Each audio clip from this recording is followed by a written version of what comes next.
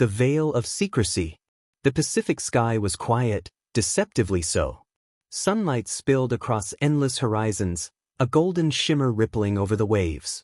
On the surface, it seemed like just another peaceful morning on Earth. But far beneath the clouds and the churning sea, humanity's greatest secret stirred. For more than a century, the governments of Earth had been united by something stronger than treaties, stronger than fear, the awareness that humanity was not alone. Long before the public ever saw proof, shadow agencies and black-budget programs had discovered signals, fragments, and fleeting encounters that pointed to the inevitable, intelligent life beyond Earth. The aliens had not come in peace. The first ships were scouts, needle-shaped silhouettes cutting through the blackness of space. They lingered at the edges of the solar system, watching, cataloging. Then came incursions, ships breaching the atmosphere, slipping into the oceans, observing cities from above. Earth's militaries tried to intercept them, but their crafts were too fast, too advanced. It was not conquest, not yet. It was assessment. And humanity understood what that meant. The great powers of the world, often divided by borders, languages, and history, did something unthinkable. They set aside their rivalries and built something together. Not publicly, not in the open, but in the shadows, under the veil of secrecy. Project Aegis. It began as scattered research, experimental propulsion labs in Siberia, weapons testing in Nevada, deep-sea construction platforms anchored in the Mariana Trench. A secret fleet of automated cargo haulers moved night and day across oceans, disguised as shipping freighters. Satellites broadcast false data to ensure no curious eyes, human or alien, could trace the truth. At the heart of it all was the blueprint for something the galaxy had never seen. A supercarrier, not merely a warship, but a floating continent of steel and fury. Its code name was whispered only among the highest levels of command, Atlas Eternal. Unlike the fragile shuttles and early colony craft of humanity's first space age, the Atlas Eternal was designed with one purpose: to stand against fleets, to defy empires, to give Earth a voice in a galaxy that wanted it silenced. It was more than a vessel. It was a statement. In a vast hangar buried beneath storm-thick clouds, the ship slumbered. Technicians walked its decks like ants crawling across the surface of a god. Railgun batteries the size of skyscrapers lined its hull. Plasma conduits hummed beneath armored plating thicker than any battleship in history. And within its cavernous belly, entire squadrons of starfighters slept, their wings folded like predatory birds waiting to strike. The carrier itself stretched for kilometers, longer than any city skyline, wide enough to cast shadows that swallowed whole islands. Yet despite its immensity, it had been hidden, disguised within the atmosphere of Earth, floating just above the highest storms. No telescope from orbit could glimpse it. No alien scout ship could detect it through the electromagnetic storm fields humanity had engineered as cover. The world's population had no idea. To the billions of humans living normal lives, going to school, working in factories, falling in love, the supercarrier was myth, a conspiracy whispered by fringe theorists. And that was how the architects of Project Aegis wanted it. Only a handful of men and women, leaders, generals, scientists, knew the truth. Humanity's survival depended on silence. On that morning, however, silence could no longer be afforded. In the command chamber aboard the Atlas Eternal, Admiral Helena Drake stood at the heart of the bridge. She had been groomed for this role her entire life, a naval officer turned stateswoman, entrusted with the galaxy's most dangerous weapon. Her uniform bore no flag, no insignia of nation. She represented Earth itself. All systems report ready, a voice crackled through the chamber.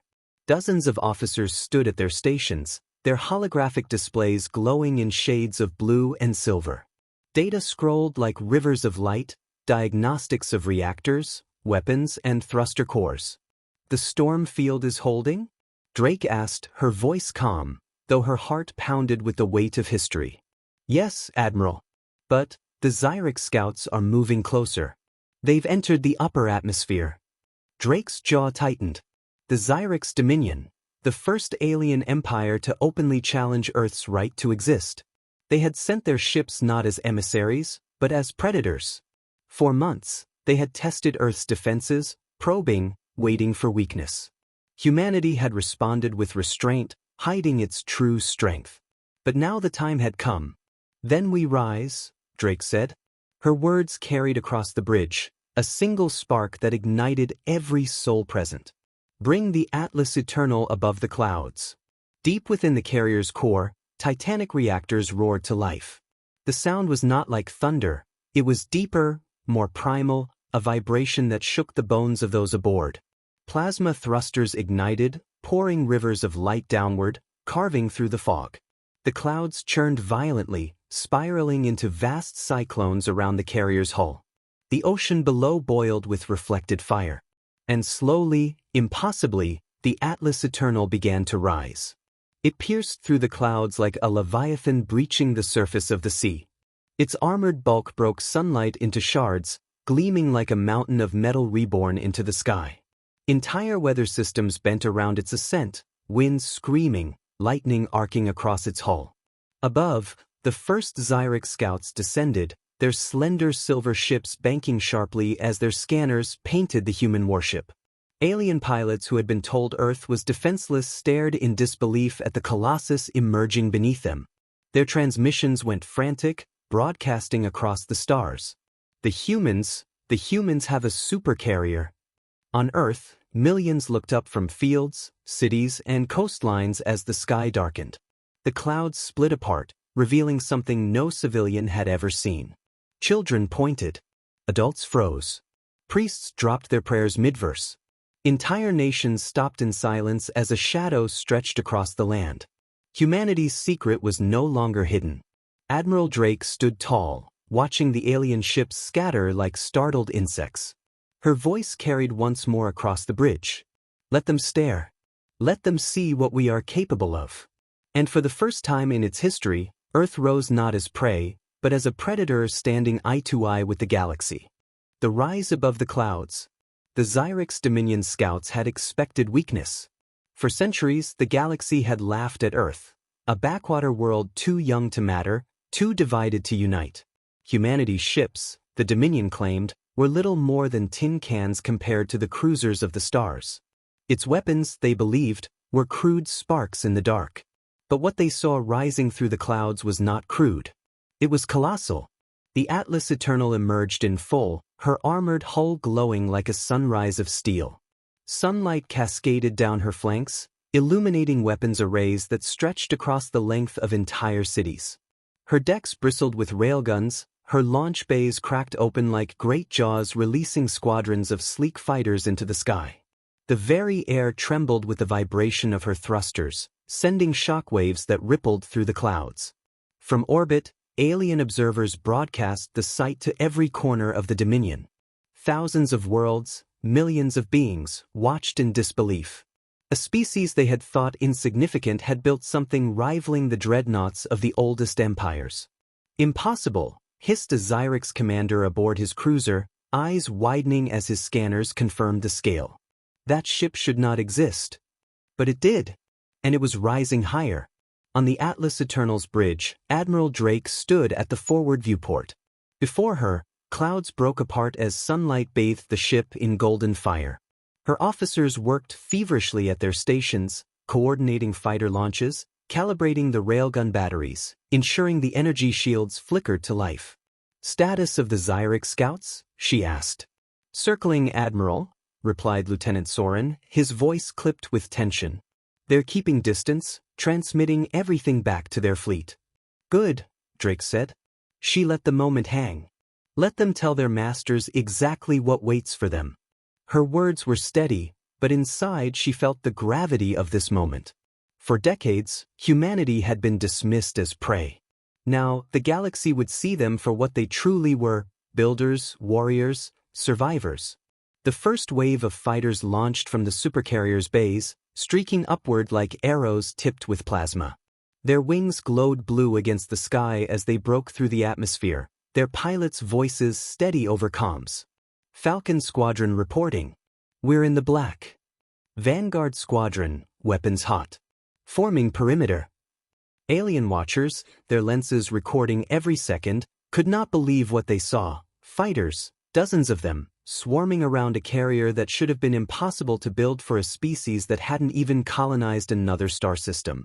One Zyrix pilot muttered in disbelief, his mandibles clattering nervously. They have fleets. They were never supposed to have fleets. On Earth below, the world erupted in shock and awe. In New York, crowds filled skyscraper rooftops, staring at the Titan rising above the clouds.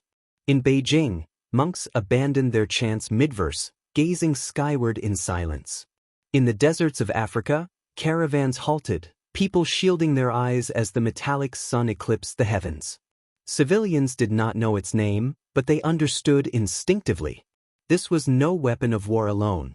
It was humanity's shield. Children cheered. Elders wept. Soldiers across every nation stood a little taller. Then came the first challenge.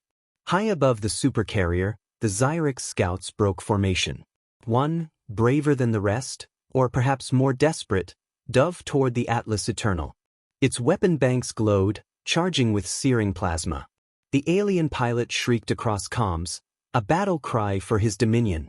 Humans, you should have stayed hidden. A streak of blue fire cut the sky. The Zyrix plasma beam slammed into the carrier's shields, crackling like a lightning storm across its hull. For a heartbeat, the world seemed to hold its breath. Then the shields absorbed the blast. The ship did not falter. On the bridge, Admiral Drake raised a single hand. Return fire. A railgun battery roared. It was not the sharp, clean precision of alien weapons. It was raw, thunderous power, projectiles accelerated to hypersonic speeds, glowing with the heat of their passage through atmosphere. The shell struck the Zyrix scout in mid-dive. The alien ship didn't explode. It disintegrated. Its hull crumpled, its engines tore apart, fragments of molten metal raining through the upper atmosphere. Gasps filled the bridge of the Zyrix mothership orbiting above. Their commanders, veterans of 1,000 campaigns, stared at their displays in frozen silence. This was no backwater prey.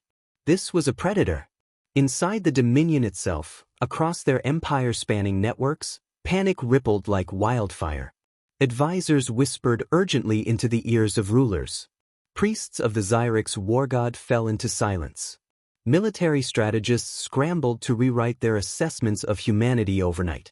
And on worlds far from Zyrix space, other alien civilizations watched with keen, hungry interest.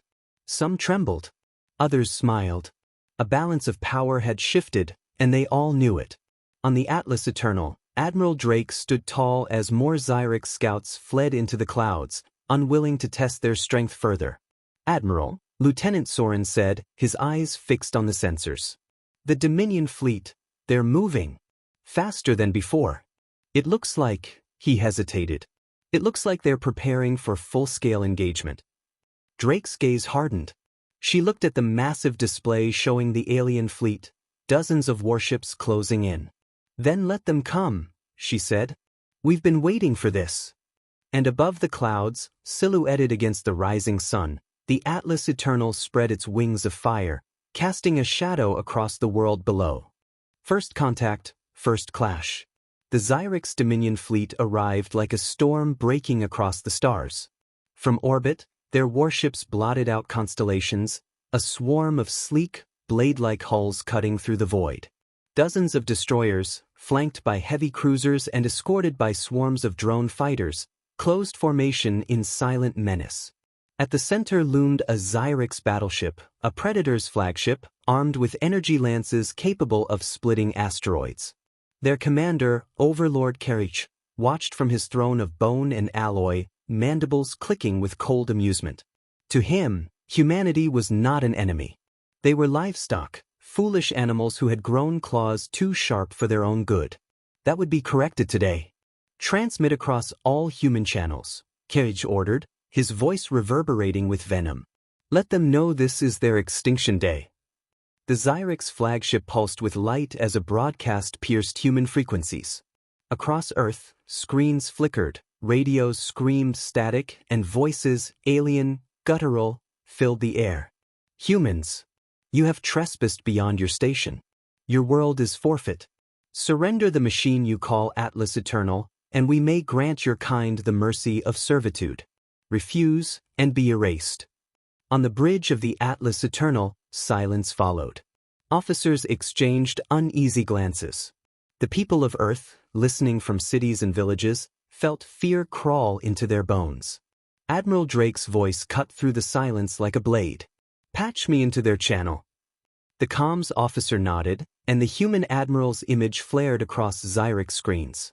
She did not speak long. She did not need to. This world does not kneel.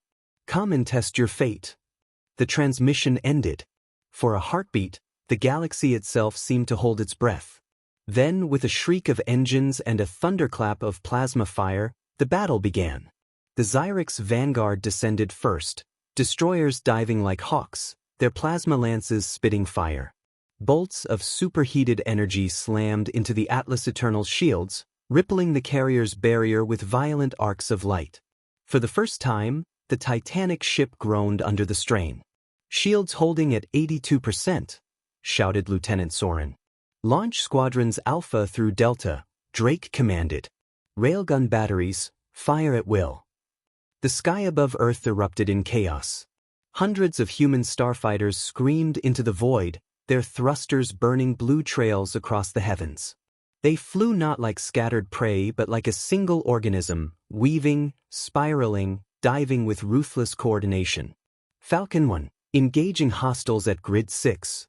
Vanguard Squadron, lock missiles on the destroyer's engines. Fire, fire, fire. Alien drone swarms met them head-on, filling space with spiraling dogfights. Plasma bolts streaked like meteors, explosions flashing across the dark. Human pilots, many fighting for their first time against true alien foes, flew with desperation and fury. Some ships burned, spiraling into the atmosphere. Others tore Zyrix drones apart with rail slugs and missiles, carving open the swarm. From the Atlas Eternal's flanks, railgun batteries boomed in deafening rhythm. The sound echoed through the skies like the heartbeat of a god.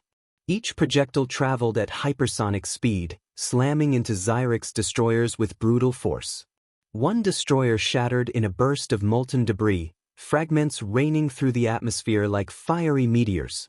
Another lost its engines and spiraled out of formation, colliding with its own escorts in a cascade of fire. The Zyrix had never seen such raw, kinetic power. Their fleets fought with elegance, energy lances, precision beams. Humanity's weapons were thunder and iron, primitive by comparison, yet devastating in their sheer, unrelenting impact. 2 enemy destroyers down, an officer shouted. "More incoming." Cruisers breaking formation. The Zyrix flagship loomed larger now, its massive cannon arrays charging. The sky burned as it unleashed a full salvo, beams of searing plasma, wide as city blocks, cut across the void. One human fighter squadron was erased instantly, vaporized mid-flight. The beams struck the Atlas Eternal's shields next, and for a moment, they buckled. Shields at 50%. Reactor cores pushing maximum. The bridge shook, consoles sparking, officers gripping railings to stay upright. Yet Admiral Drake's voice never faltered. "Divert auxiliary power to the starboard railguns," she ordered. "Target their flagship's forward cannon array." "Aye, Admiral." "Locking solution." Then came the strike. The Atlas Eternal's forward railguns thundered in unison, 3 colossal shells tearing through the void. They struck the Zyrix battleship head-on, slamming into its cannon banks. The explosion was blinding, metal shrieked, fire spilled across its hull, and the great Predator ship staggered. Direct hit. "They've lost primary weapons." Cheers erupted across the bridge, across human comms, across Earth itself as billions watched the impossible unfold. The Zyrix, long-feared conquerors, bled before humanity's defiance. But the battle was far from over. From orbit, more Zyrix ships descended, reinforcements, a second wave larger than the first. Their formations tightened, preparing for a war of attrition. The Dominion would not allow itself to be humiliated by prey. On the Atlas Eternal, Admiral Drake stood tall, her eyes narrowing at the sight. Humanity had struck a blow, but the true storm was only beginning. She turned to her officers, her voice sharp and steady. Signal to all fighters and allied ground forces. Tell them this is not just a battle, it is our first war. And we will not break. Outside, the sky burned with fire and fury as the clash between Earth and the Dominion raged on, humanity's first step into galactic war. The message to the stars. The battle for Earth raged on. The Zyrix reinforcements descended in wave after wave, blotting out the heavens with their vast armada. Cruisers hammered the Atlas Eternal with plasma barrages, drone swarms poured into the atmosphere like steel locusts, and the alien flagship burned but did not fall. The sky itself was fire. Clouds churned black, torn apart by railgun thunder and the shriek of alien weapons. The seas below boiled as debris rained from orbit, crashing into the Pacific with explosions that shook the coasts. Humanity was fighting on the edge of extinction. Yet still, the Atlas Eternal stood. On the bridge, Admiral Drake's uniform was torn, her face streaked with smoke and blood. Consoles sparked around her, officers shouting over the chaos. Portside shields are failing. Damage to decks 14 through 17, fires spreading. Enemy battleship charging primary weapons again. Drake gripped the rail at her command chair, her voice a steady anchor amid the storm. Keep firing. Every gun, every squadron. We will hold. Outside, humanity's starfighters refused to yield. Pilots, many barely trained for true war, fought with desperation and fury. They wove through alien drones, sacrificing themselves to shield the carrier, ramming enemy ships when their ammunition was spent. For every fighter that fell, 2 more swarmed in. Humanity's courage was its greatest weapon. On the Zyrix flagship, Overlord Karich watched in disbelief as the prey world resisted wave after wave. His mandibles clattered with rage. They bleed, yet they do not bow. Their carrier should have fallen by now. How do they endure? The answer came in the form of another railgun volley from the Atlas Eternal. The round struck true, tearing a Zyrix cruiser in half, the fragments spiraling into their own swarm. The alien fleet faltered, momentarily losing cohesion. It was then that Admiral Drake made her choice. Patch me into every channel, she ordered. Military frequencies, civilian bands, alien comms. I don't care. I want every corner of the galaxy to hear me. The comms officer hesitated only a moment before nodding. Channel open, Admiral. Across Earth, across human colonies, across the Zyrix fleet itself, and far beyond, to civilizations scattered across the stars, her voice rang out. Unshaken. This is Admiral Helena Drake of Earth, commander of the Atlas Eternal. To the Zyrix Dominion, you came to enslave us. You came to strip our world and break our spirit. Today you learn the truth. Humanity does not kneel. We do not yield. We do not forgive predators. Her voice hardened, every word a blade. To the rest of the galaxy who watch us now, hear this. We are no longer hidden. We are no longer silent. We are no longer prey. Humanity will stand. Humanity will fight. And if you come for us, know this, we will meet you in the skies and we will not fall. The transmission cut. For a long, breathless moment, the galaxy listened to silence. Then the Zyrix flagship's cannons fired. A beam of plasma, brighter than lightning, streaked across the void toward the Atlas Eternal. The human carrier shuddered as shields buckled, decks collapsed, alarms screamed. For a moment, it seemed the ship would break apart. But instead of retreating, the carrier surged forward. Engines roared, thrusters blazing like suns as the colossal vessel closed the distance. Target their flagship, Drake ordered, her voice ice and iron. All railguns. All lances. Fire. The Atlas Eternal unleashed hell. Dozens of railgun slugs and plasma lances tore into the Zyrix flagship, cracking its armor, ripping through its reactor core. The explosion that followed was a miniature star blooming in orbit, a blinding flash that lit the heavens. When it faded, the flagship was gone, nothing left but burning fragments scattering into the void. The Zyrix fleet broke. Cruisers fled. Drones scattered. What had begun as an overwhelming invasion turned into a rout. Humanity, bloodied but unbroken, had driven back the predators. On Earth, Cheers erupted across cities and villages. Civilians hugged strangers in the streets, tears streaming down their faces as they looked up at the Titan still standing above the clouds. Across the galaxy, alien empires argued, trembled, and reconsidered. Some whispered in fear, "If humanity can build one ship like that, how many more can they make?" Others saw opportunity, an ally, perhaps, against the tyranny of older empires. But one truth was inescapable. Humanity had stepped onto the stage of galactic history, and no one would ever dismiss them again. In the quiet aftermath, aboard the battered Atlas Eternal, Admiral Drake stood at the viewport. The sky was scarred with smoke, the seas littered with wreckage, but Earth still turned beneath her, alive, free. A young officer approached, saluting shakily. "Admiral, the galaxy is listening. What should we tell them now?" Drake's gaze lingered on the stars. She knew this was only the beginning. Wars would come. Threats would rise. Humanity's path would be blood and fire. But they had taken their first step, and the galaxy would never forget it. "Tell them," she said quietly, "that humanity has arrived." And above the clouds, the Atlas Eternal cast its shadow across the stars, no longer a secret, no longer a myth, but a promise.